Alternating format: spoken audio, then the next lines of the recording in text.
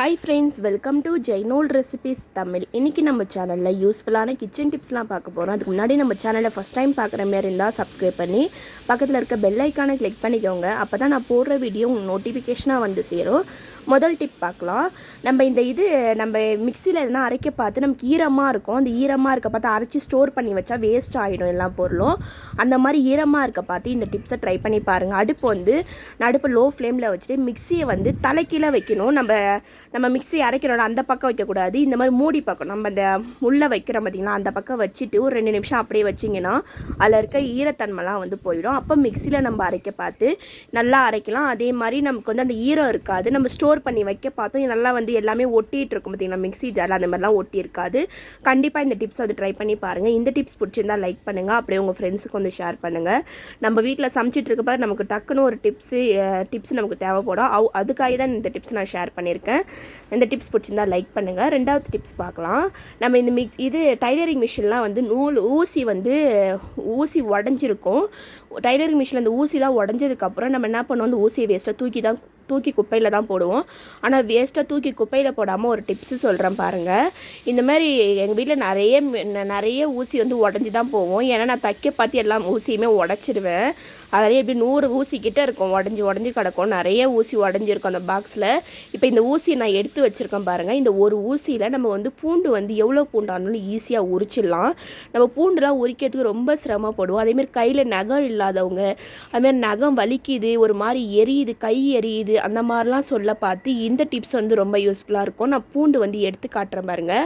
அழகாக வந்து உரிக்க வரும். நீங்கள் 2 கூட 3 கூட இருந்தால் கூட ஈஸியாக உரிச்சிடலாம். 1 கிலோ பூண்டு இருந்தால் கூட ஈஸியாக உரிச்சிடலாம். கண்டிப்பாக இந்த டிப்ஸ் வந்து இந்த கல்யாணத்துக்குலாம் பூண்டு உரிக்க பார்த்து, அதுமாதிரி இஞ்சி பூண்டு உரிக்கிறதுக்கு இந்த மாதிரி டைம்லலாம் நமக்கு பூண்டு நிறைய உரிப்போம். கை எரிச்சல் இருக்கும்.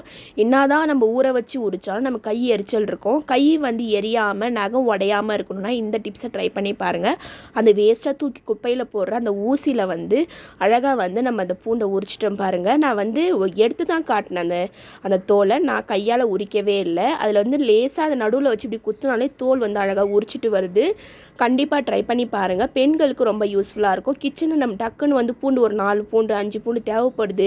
சாம்பார் வைக்க, ரசத்துக்கு, அதே மாதிரி ஏன்னா மீன் குழம்பு, காரக்குழம்பு இதெல்லாம் செய்யறதுக்கு பூண்டு தேவைப்பட பார்த்து இந்த மாதிரி நம்ம டக்குன்னு உரிச்சிடலாம். கண்டிப்பாக இந்த டிப்ஸ் ரொம்ப யூஸ்ஃபுல்லாக இருக்கும். நான் எப்பயுமே இந்த மாதிரி தான் வந்து ட்ரை பண்ணுவேன். ஏன்னா கை வந்து நகம் வந்து நம்ம நகம் வந்து வளர்ப்போம். நகம் வளர்க்க பார்த்து நகம் வந்து பூண்டு உரிச்சா வந்து ஃபுல் நகமே வந்து டேமேஜ் ஆகிடும்.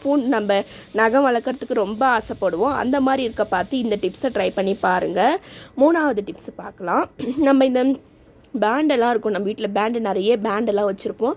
நம்ம இதை பாக்ஸில் ஸ்டோர் பண்ணி வச்சு யூஸ் பண்ணிகிட்ருப்போம். அந்த மாதிரி பாக்ஸில் ஸ்டோர் பண்ணி யூஸ் பண்ண பார்த்தோம் பேண்டு எங்கேயாச்சும் மிஸ் ஆகிடும். இந்த மாதிரி ஒரு வேஸ்ட்டான ஒரு பேப்பர் தான் எடுத்திருக்கேன். அந்த A4 ஷீட் எடுத்திருக்கேன் நான். நம்ம பேண்டு வந்து அழகாக எவ்வளோ பேண்டாக இருந்தாலும் இதில் வந்து நம்ம ஸ்டோர் பண்ணிக்கலாம்னா நம்ம வச்சு யூஸ் பண்ணுறதுக்கு ஈஸியாக இருக்கும். இதுக்காக நமக்கு பாக்ஸ் தேவையில்லை, மணி சேவ் பண்ண மாதிரியும் இருக்கும்.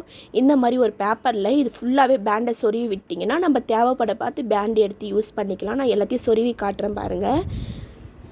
இந்த டிப்ஸ்லாம் ரொம்ப யூஸ்ஃபுல்லாக இருக்கும் ஃப்ரெண்ட்ஸ். கண்டிப்பாக ட்ரை பண்ணி பாருங்கள்.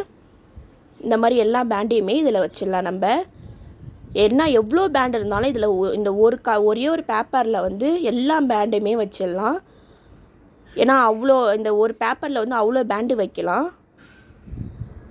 நான் எல்லா பேண்டையுமே இதிலே சொருவி காட்டுறேன். எங்கேயுமே மிஸ் ஆகுது. கரெக்டாக வந்து இந்த இதில் இருக்க பார்த்து நம்ம பேண்டு தேவைப்பட பார்த்து எடுத்து யூஸ் பண்ணிக்கலாம். அதேமாதிரி கழட்டி வைக்க பார்த்து இதிலே வந்து கழட்டி வச்சுட்டு எடுத்து யூஸ் பண்ணுறதுக்கு ஈஸியாக இருக்கும். இந்த மாதிரி நான் பேண்டை ஃபுல்லாக வந்து வச்சுட்டேன்.